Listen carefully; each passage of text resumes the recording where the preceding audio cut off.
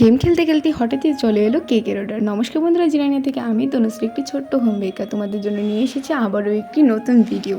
শুরুতে দেখতে পাচ্ছ কি একটা স্পঞ্জ আমি নিয়ে নিয়েছি, যেটাকে আমি 3টি লেয়ারে কেটে ফেলেছি। কিছু ক্রিম দিয়ে সেটাকে সেট করে নিলাম এবং তার উপর কিছু সুগার সিরাপ দিয়ে দিয়েছি, যেটার মধ্যে কিছু ক্রাশও মিশানো ছিল।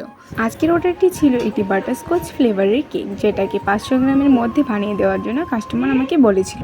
তো কাস্টমারের নিজস্ব কোনো চয়েস না থাকায় আমি আমার মতো করেই কেকটাকে ডেকোরেশন করেছিলাম। কেকটার প্রতিটি লেয়ারকে ভালোভাবে সেট করার পর বাইরে থেকে আমি কিছুটা ক্রিম দিয়ে ফাইনাল ফিনিশিংটা দিয়ে দিচ্ছি। তো ফাইনাল ফিনিশিং দেওয়ার পর কিছুটা ক্রিমের মধ্যে পিঙ্ক কালার মিশিয়ে তার নিচের বর্ডারের মধ্যে দিয়ে দিলাম, যাতে দুইটা শেড রেডি হয়ে যায়।